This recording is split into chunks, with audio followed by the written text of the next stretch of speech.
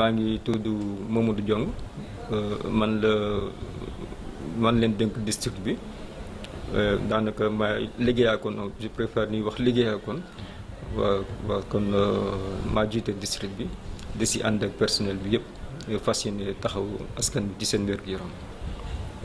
Docteur Diong ñu gis ni bi màggal Darou Mouhty bi dëgmal si def nañ CRD def CDD def CRD yëpp ngir wàccaayu màggal bi wàllu wér-gu-yaram itam am poñ bu am solo boo xam ni jëloon nañ ko ci doon ko souligner ñu bëggoon a xam tey matuwaay yi nga xam ni jël ngeen ko ak fi ngeen ci toll fi mu doon ci bisu màggal ji tey. waaw comme ni nga ko waxee matuwaay yi daanaka jëloon nañ ko bi ñuy def CDD comme ni nga ko waxee ñu def tamit CRD ginnaaw loolu tamit def nañ fi ay réunion matukaay yi mooy maanaam li ñu fas yéene liggéey fii si màggal gi tënkoon nañ ko jébbal ko suñuy kilifa pour ñu jàppale ñu si wàllu organisation bi si njëkk mooy garab yi alhamdulilah ñu ngi sant yàlla bu baax garab bi egsi na bërëb bi mu waroon a egsi li ñu daan jot moom lañ jotaat valeur bi mi ngi toll ci 5 millions si garab bokk na tamit service état yi tamit ñu ngi siy jàpp lu mel ni wàllu sécurité lu mel ni wàllu sapeur pompier waa Croix Rouge boole si personnel bi yëpp ànd si tamit ak comité district matukaay yi ñu jëloon nag mooy yi ñu jëloon daaw mooy maanaam bérébu fajukaay ñu ngi toll si fukk ak benn ñoo xamante ni ñu ngi si dañ leen tas si biir dëkk bi am na béréb bu fajukaay loolu la ñuy wax point médicaux avancé yeneen yi ay point fixe la maanaam centre de santé bi si la bokk poste santé Daaru Manaan si la bokk Fass Touré ak Ndoyeen ak tamit centre santé Mbacké Kajoor kon ñooñu ay point fixe la béréb yooyu nag ku fa dem li jiitu màggal gi benn fan bi jiitu màggal gi ba si màggal gi ak bu ñu màggale ba si ëllëg si ñu ngi siy def ay consultation gratuite maanaam ku am ay jafe-jafe nga dem si bérébu fajukaay yooyu dañ la seet sa yaram may la tamit ay garab yeneen matukaay yi ñu jël tamit mooy si wàllu set setal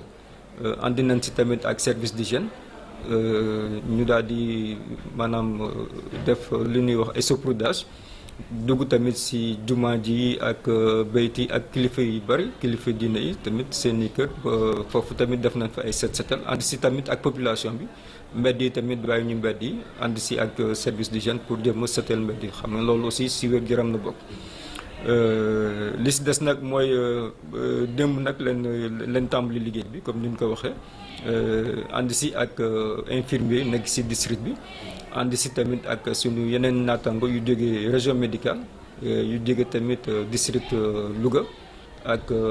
hôpital tamit Touba Fawzeyni Matlaboul Fawzeyni tamit dina ñëw incha allah jàpp si liggéey bi ak ñeneen ñoo xamante ni seen coobare bopp leen fi nekke pour jàpp si liggéey bi. am na tamit ay association yoo xamante ni tamit nemmeeku nañ seen taxawaay si màggal ren fukki ambulance ak juróom-ñeent ñu ngi fi ambulance yu bari nag ñu ngi jóge si poste yi ak yi fi nekkoon ak comme ni ma ko waxee Louga indil nañu benn ambulance pour jàpp si liggéey bi waaw moom loolu moo fi delloku sinon yi si des yëpp si district bi la jóge. ndax nemmeeku ngeen fi yenn jafe-jafe ci wàllu liggéey bi wala lu mel ni accident wala dara ci Touba bi. waaw bariwul jafe-jafe nag yi fi nekk mooy ay accident yu simple rek gisaguñ si benn cas bu grave maanaam ay dagg-dagg ak ay lakk-lakk ak ay gaañu-gaañu yoo xamante ni taxu ko am solo noonu ak tamit mbooloo yi ñu ngi ñëw pour nemmeeku seen yaram seet seen yaram si wàllu consultation léegi nag li si bees tamit comme ni ma ko waxee démb ak tey ak suba ñu ngi tamit def si wàllu jigéen ñi maanaam dépistage cancer du col loolu aussi benn association bu jógee Tëngéej moo fi ñëw ànd si ak ONG bi ñuy wax Marie Stopes International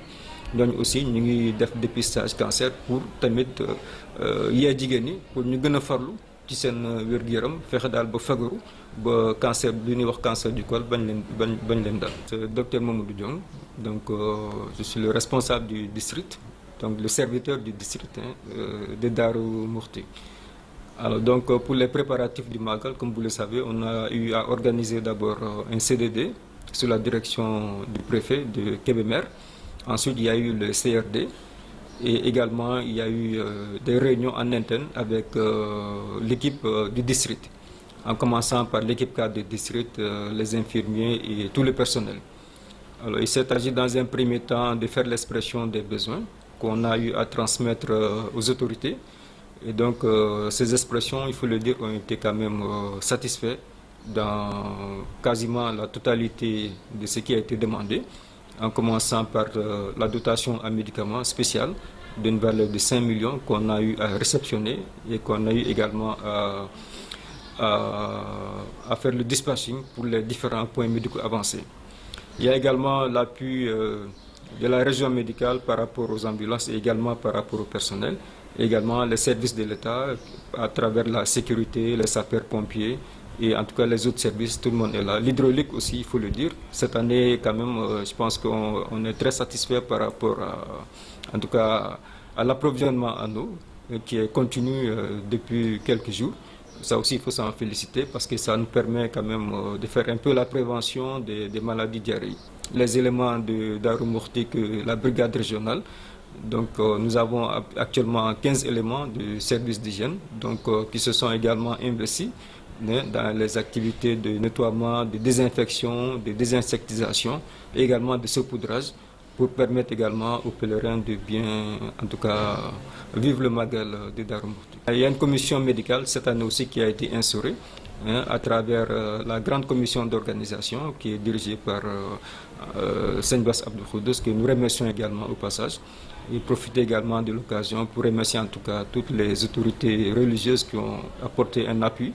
par rapport à la bonne organisation de cette couverture médicale. waaw man la docteur Faye opérateur cataracte man maa ngi fii Darou Mouhty maa ngi fi liggéey depuis 2007 te bloc opératoire bi ubbi depuis 2008 te say ba moo ñu jàppale woon programme boobu ONG boobu ak docteur Sarr mi nga xam ne wax dëgg mënuñ ko fay te loolu yëpp ñoom Sall ñoo ubbi woon yoon wi ak ñoom docteur Bekr ñoom docteur Diallo ak docteur Ndiaye ñoom ñëpp jàpp ci pour la formation di nuyu encore suma point focal bi nga xam ne moom la ñu wax Demba Thioub bu sama xarit la sama yëpp la di sama kilifa maa ngi koy nuyu de passage ak docteur Ndiaye ak ophtalmo yi nekk ci monde bi yëpp ndax seen liggéey rafet na ndax bu ñu seetee cataracte bi léegi liñ ci def wax dëgg sant yàlla ak ET bi ñëpp maa ngi leen di nuyu lii ñoom ñëpp a ko bokk te ñoom ñoo ko bokk te yal nañu yàlla defal li ñu bëgg rek te ñu ngi sant. waaw comme ni ñu ko waxee parce que bët dafa doon loo xam ne il faut que ñu nangu ko parce que li muy jël ci nit ak li muy indi ci nit yàlla moo koy aaral boppam parce que li ñuy wax rek bët mooy organe noble comme li ñuy wax comme le cœur et les reins parce que ce sont les organes nobles parce que dafa am loo xam ne bu manqué ci nit rek nit ki doyadina ndaxte da ngay seen nit ki tey bu bëtam muuroo ba mu gumbo rek dafay doyadi xelam day na parce que li ko def nag les 80% des informations reçues par le cerveau ont été émises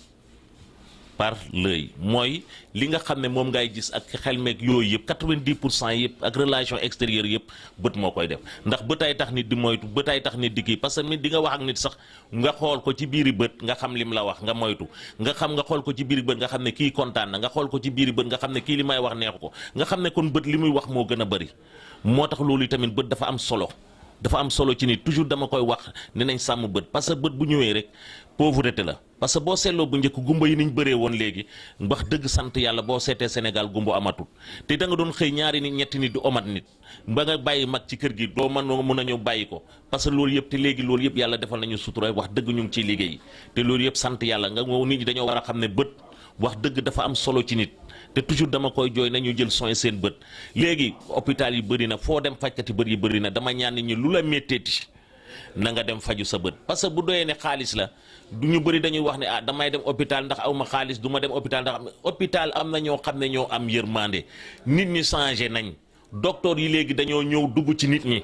bu njëkk docteur yi dañ doon nekk fee boo bala ngay il faut nga dem Dakar mbala kii bu njëkk médecine luxe la woon léegi médecine bi communauté bee ko moom nit ñaa ngi duggulante ñun ñëpp ci ay nit lañ ko moom te loolu moo tax ñu def ko parce que il faut ñu dugg ci biir nit ñi xam li ñuy mébét nit ki boo bëggee mu wax la jàngoroom il faut mu ñeme la te nit ki tamit l'essentiel en nekk ñu bëri lañ xamut ñàkk wax dëgg kenn mën da toog di wax gor du toog di wax ne aw ma gor da nga koy jege defal ko loo xam ne moo raw njortam mu kontaan mais kuy xaar gor di la wax ne defal ma li doo def dara te nit ñi il faut ñu dem di seeti ñi nga xam ne amuñu di leen dimbale nit ki bu amul fekk ko ba néegam dimbale ko moo ëpp sutura lu amul sutura nit bugg ko il faut ñun ñëpp ñu jàpp ci comme ni ñu ko defee di wàcc di dugg ci nit ñi di waxtaan ak nit ñi xamanteeg nit ñi xam ne ñun ñëpp ay mbokk lañ te loolu bu duggee rek jàppalante bi dina wax taxawaay bi comme ni ñu koy waxee rek parce que man dama koy wax ndax dinaa wax lu ma bàyyi seex waxoon benn bés dama toog man bi ma ñëwee fii ba léegi du ma dem màggali Touba du ma dem màggali Daaru Musti toujours maa ngi ci sama cabinet mu nekk ñaari Dakar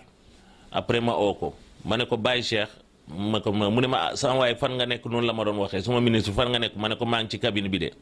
man de ba ma ñëwee ba léegi màggaliwuma Touba te fii tamit du ma màggali Baye Cheikh toujours daal malade yee may téye mu ne ma léegi ni ngay def solo demal sangu nga sol sa mbubb pour 1h30 minutes nga may ñaan ko malade yi ma ne ko waaw ma dem sangu solu mu ne ma solu nga ma ne ko waaw mu ne ma demal bayti ma taal sama oto dem bayti bi ma demee bayti mu ne ma boo demee na nga jaar daaray kaamir boo jaaree daaray kaamir nuyu leen loo am jox leen après nga dem ci xabru maam Thierno bi ma demee ci xabru maam Thierno ma ne ko man dem naa mu ne ma ñaan nga fa la nga fay ñaan ma ne ko waaw mu ne ma xaaral ma wax la secret mu ne ma gis nga Sëñ Tuubaa bi ñu ko waxee ne loo bëgg ci sa kilifa bu góor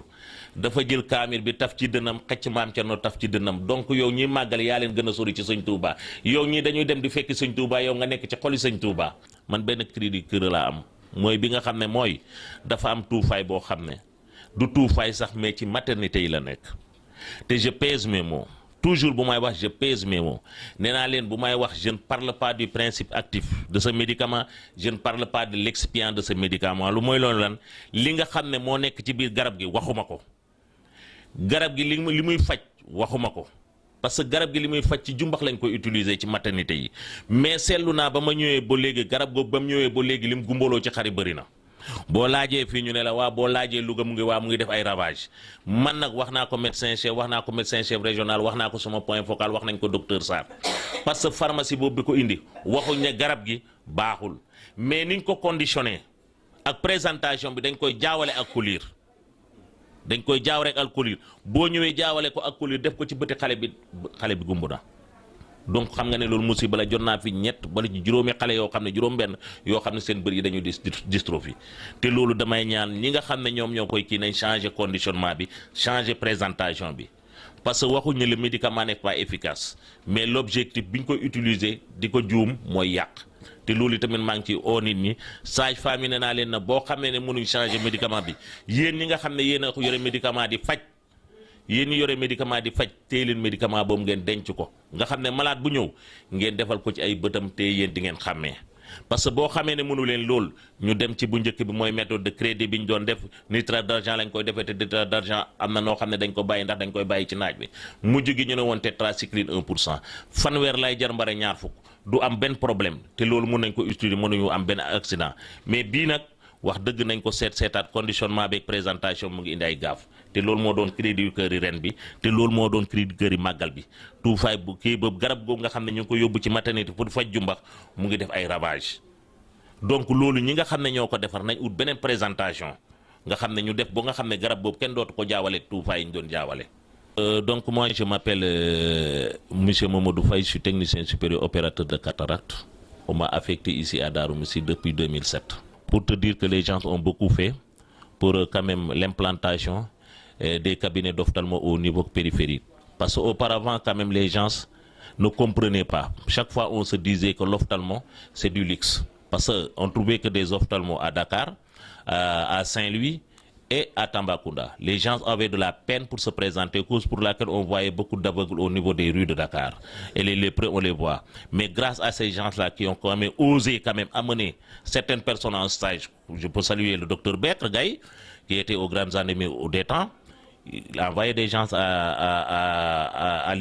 Liota, au Mali. Il y avait le docteur Sall, on le salue de passage, on prie pour lui. C'est lui qui a ouvert la porte de la Gambie pour que les techniciens supérieurs quand même puissent quand même faire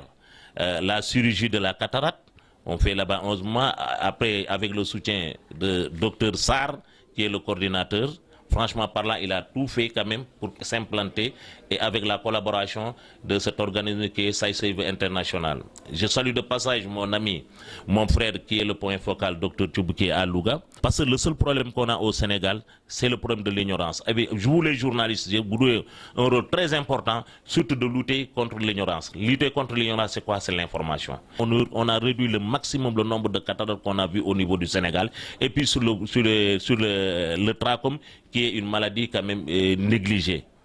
Donc, je vous dis que franchement parlant, la collaboration est très étroite. Le ministre était de passage ici. Quand même, il a tout vu et puis il est censé faire quelque chose quand même à court terme. Et puis surtout le message de cœur et le médicament qu'on utilise au niveau,